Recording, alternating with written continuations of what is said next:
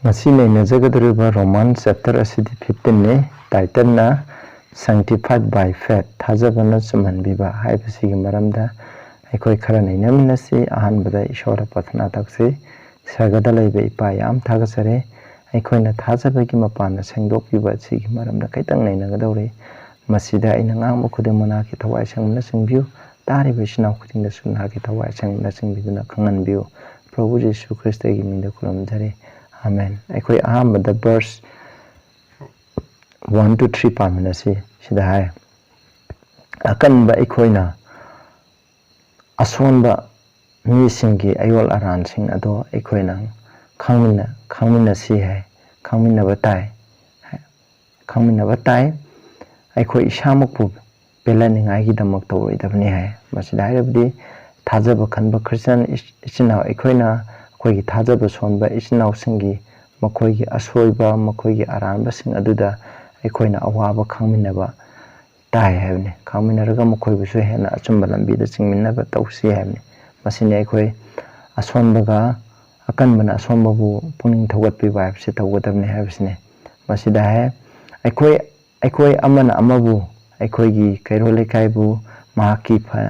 phaningai gidama mabu aphabadagi hena saukhatningai gidama It's good to identify maki aphabadudagi hena saukhanningai gidama aikoi amaga pelanna si hamne Christian hoiba khoigi ithaudi akoi isana isabu pelan banate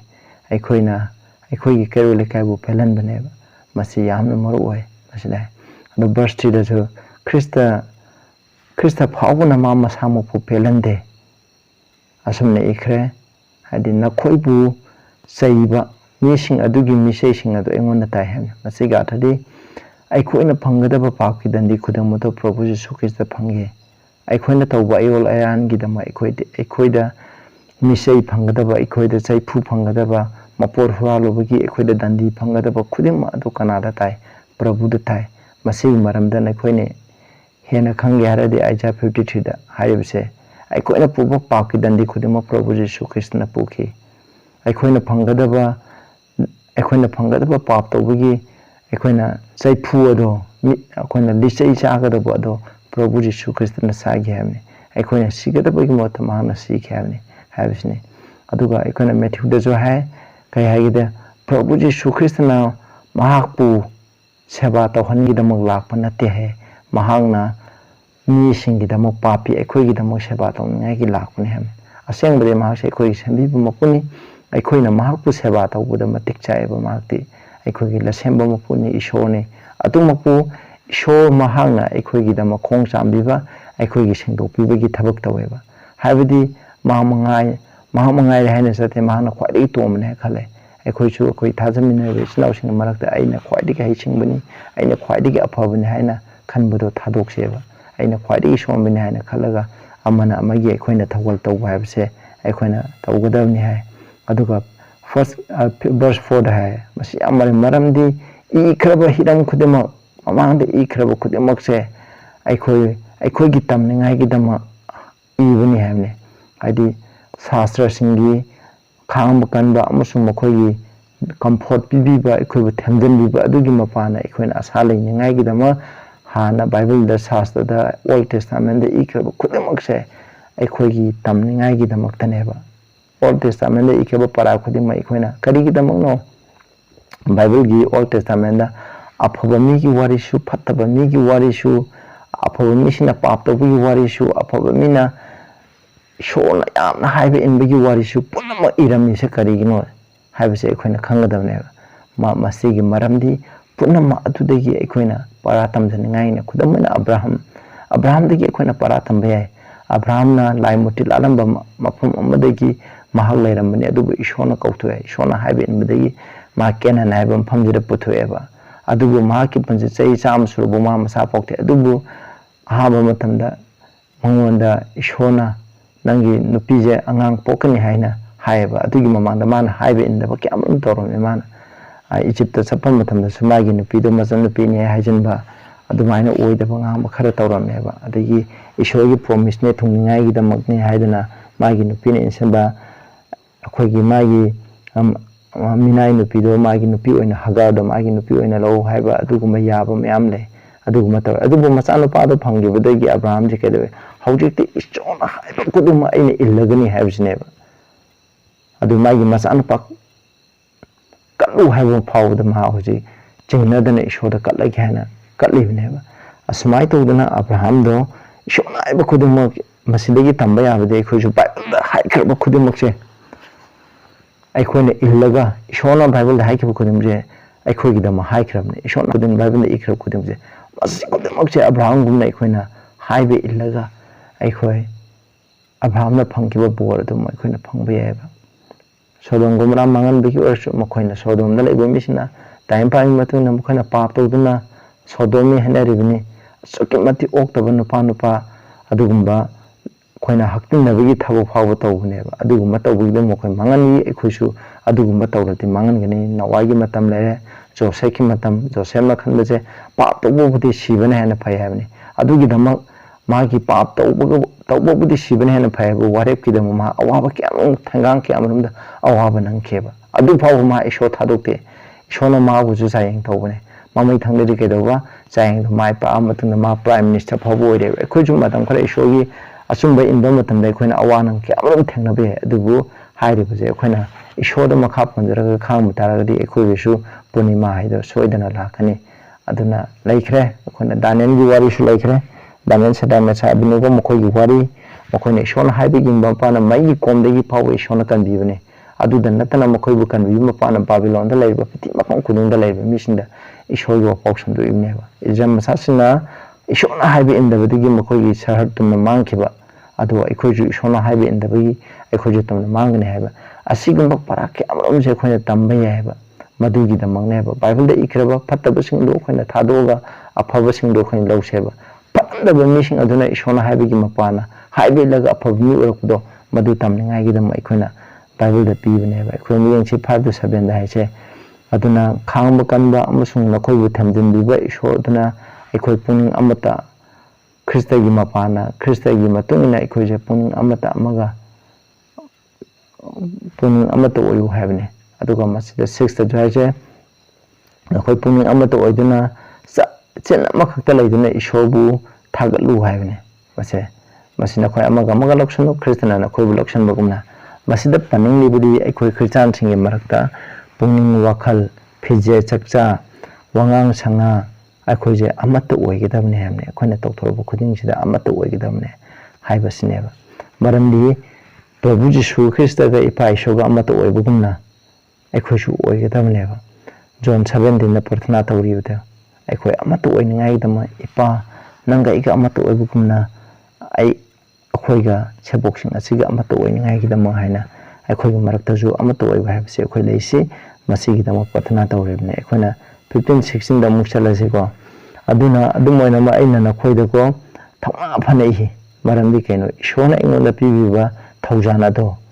ꯑꯗꯨꯒꯤ ꯃꯄꯥꯅ ꯑꯩꯅ ꯅꯈꯣꯏꯗ ꯊꯧꯅꯥ ꯐꯅ ꯏꯔꯤꯕꯅꯤ ꯍꯥꯏ ꯀꯔꯤꯒꯤꯗꯃꯛ ꯊꯧꯅꯥ ꯄꯤꯅ ꯏꯔꯤꯕꯅꯣ ꯍꯥꯏꯗꯤ ꯑꯩꯅ ꯈ꯭ꯔꯤꯁꯇꯒꯤ ꯖꯤꯍꯨꯗꯤ ꯅꯠꯇꯕ ꯖꯥꯠꯁꯤꯡꯗ ꯑꯩꯅ ꯈ꯭ꯔꯤꯁꯇꯒꯤ ꯊꯧꯒꯜ ꯇꯧꯕ ꯃꯤ ꯑꯃ ꯑꯣꯏꯅꯤꯡꯉꯥꯏꯒꯤꯗꯃꯛꯇꯅꯦꯕ ꯃꯥꯅ ꯊꯧꯅꯥ ꯄꯤꯅꯦ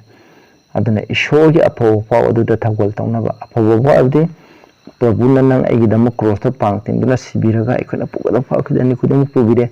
ꯑꯗꯨꯅ ꯁꯤꯕꯤꯕ ꯑꯁꯤꯒꯤ ꯃꯄꯥꯟꯗ ꯑꯩꯈꯣꯏꯒꯤ ꯄꯥꯞ ꯀꯣꯛꯄꯤꯔꯒ ꯑꯩꯈꯣꯏꯁꯦ ꯑꯃꯨꯛ ꯏꯁꯣꯔꯅ ꯍꯥꯏꯕ ꯏꯟꯕ ꯃꯤ ꯑꯃ ꯑꯣꯏꯍꯜꯂꯤ ꯍꯥꯏꯕꯁꯦ ꯏꯁꯣꯔꯒꯤ ꯒꯣꯁꯄꯦꯜ ꯍꯥꯏꯁꯦ ꯁꯛꯇꯤꯅꯤ ꯐꯠꯇꯕ ꯑꯩꯈꯣꯏꯕꯨ ꯑꯐꯕ ꯂꯝꯕꯤꯗ ꯑꯣꯟꯊꯣꯛꯄ ꯉꯝꯃꯤ ꯑꯩꯈꯣꯏꯕꯨ ꯀꯟꯕꯤꯕ ꯉꯝꯃꯤ ꯍꯥꯏꯕꯁꯦ ꯃꯁꯤꯅꯦꯕ ꯑꯗꯨꯅ ꯀꯔꯤꯒꯤꯗꯃꯛꯇꯅꯣ ꯍꯥꯏꯗꯤ ꯖꯦꯟꯇꯥꯏꯜꯁꯤꯡꯅ ꯈꯠꯅꯖꯕ ꯑꯗꯣ ꯌꯥꯎꯁꯟꯅꯤꯡꯉꯥꯏꯒꯤꯗꯃꯛ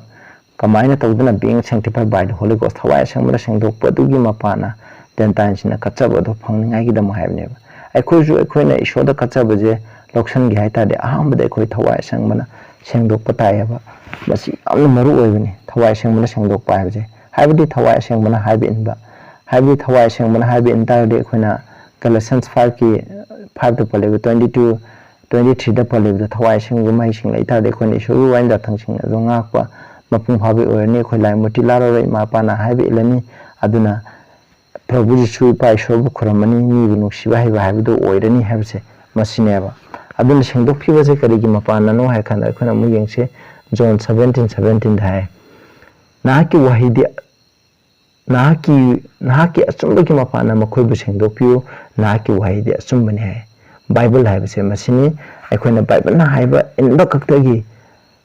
mapana aikoina sengdokpiu punsi haidi aikoina khwaidi molan se pamneba pamna aikoibu molan leba masidagi aikoi sengdokpa darka leba masi sengdokke haidi isorgi wahi inba taiba ado isorgi wahi haibsida isorgi yathang chingchu yauribneba X26 के आइथन याम फजे को मसिना मखोगी ममित पांगन न्याय की दम अमम बदले बमे सिंदो मंगान की लंबी the पुरंग अमम बाहेबदी पाप तुम लेरम अखोजे मंगान हाइबदी असुंबदा ईश्वर प्रभु यीशु क्रिस्त पुरंग न्याय की दमक तने बसिदा हाइजे अदुगा शैतान की शक्ति की मखादा लेरम बते की ईश्वर की शक्ति की मखादा पाप बमी खुदे मना शैतान की शक्ति मखादा ले अदुबु हाइरिबसे अखोइना ईश्वरना हाइबे इलक्पो मतमदा अखो मतमदा ईश्वरगी मखादा लेकने पाप थादोक्ट्रि मखैदि अखोइना शैतानगी ईश्वरगी शक्ति मखादा लेबो ngमोयबा मसिगी मपान अखोइना पाप कोपिबो फंगनी अदुगा थाजगी मपान संदोखरबा मखोय अदुगी चाकथोंग मरा अदुदि यावगने सरगर चकरबा मिखुदुंग थाजबो मपान संदोखरबा ईश्वरगी याथंग चिंगाखरबा अदु आइना हाइजनिंगबदि अखोइबु पाप कोपिबो संदोखपिबो जस्टिफाइड एबजेसु प्रभु यीशु ख्रिस्त की थौजांगी मपानाने थाजबगी मपानाने अखोइबु सेंदोक्पिबा ईश्वरगी वाहिसिंग ngahanba वाइना थंगसिंग ngahanba हाइबसिना आइगी पांगना नते मसिजु थाजबगी मपाना ख्रिस्तगी मपाना तवनबनी हाइबसे मसिनेबा मसि दैत्रिबा मखैदे अखोइ सरगदा चत्प फंगोय अखोइ सरगदा लैमिनबा फंगोय हाइबसिनेबा अदु फर्स्ट थेसलोनिक 5 की 23 दसु अमु हाइजे मसिदा हाइजे करिनो हाइबदा ईश्वरना अखोइगी पुंग हक्चांग खुदमकसे मपुंग फाना सेंदोकपदो पामे है करंबा मतम फाव प्रभु यीशु ख्रिस्टना लाक्ति फाव अखोइ मरा लेतना पाप तौदना ईश्वरगी वाहिना हाइबे इनबा बाइबलना हाइबे इनबा दो अखोइ पामे हाइबने अदुना बाइबलना हाइबेगी मपानाने अखोइना सेंदोक्तुना लेगिदरुसे मसिना इसामजलागे लोसलासे अरोबदा 18 19 हाइजे आइना सिदको आइना ख्रिस्टना आइगी मपाना तौखिदबा अमत्ता आइना नखोइदा आइना ngangoy हाइबने मरमदि कईगिदम ngangoyदबनो हाइबदि जिहुदी नतब जाचिंग असे हाइबे इनबा ओहनिंगायगिदम हाइबने वाहिदा अमसुंग थबकता बाय वर्ड एंड डिड हाइको वाहिगी मपाना थबकि मपाना ईश्वरना हाइबे इलनिंगायगिदम तने हाइबने अतुना ईश्वरगी अफव पावदि कैनो अफव खुदुमता अखोइना ईश्वर अफव तारेबु खुदुमता हाना तबम तारब मतम लक्षल मतन हाना तरम्बा फत्तब मखैदो लोइना थादोग अनोब मीम ओइन पोल मसामक्सु अहामदा ख्रिस्टगी सेबोक्सिंग हापा चर्चता मी ख्रिस्टान सिंग फारगा रोमदा हानिंगागी द मसिना थोपन फानेबा अदु हाइदिबा महाक्तो पुनिंग होंखिबा अफब तौखी हेमने दसिदा आइना अंगप शक्ति क्यागी मपाना थवाय सेंबगी शक्ति ग लोइना जेरूशलेम अमसुंग मसिगी अकोइबदा लैरिबा लमसिंगदा आइना ईश्वरगी अफव पावदो मपुंग फाना संदुए अखोइसु ईश्वरगी थवाय सेंग मपाना अखोइगी वांगांग संगान अमसा थब खुदिंगना अखोइ करो लेकायदा लैबा मपुंग खुदिंगदा ईश्वरगी पावदो संदुमिना सेबा मसिनी को इस्नाउसा अखोइ असुंबदुगी मतैन अखोइ समिनसे अदुना अखोइना मसिगी मेसेज आइगी चैनल असेबु अतोपसिंगदसु शेयर तौबियो असमाय तौदना ईश्वरगी अफव पावजे अखोइ नैनमिनसे हाइना मयाम हाइजरि प्रार्थना तौजे सगद लेबि पायाम थागसरे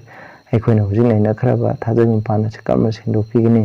अखोइ कमाइना अमतोइना ख्रिस्त लेगिने हाबसिगी मरदा तमजखरबा सिगदम तारिबु खुदिंदसु नाना बोपिबियो प्रभुगी मिंदा खुरुमजरि।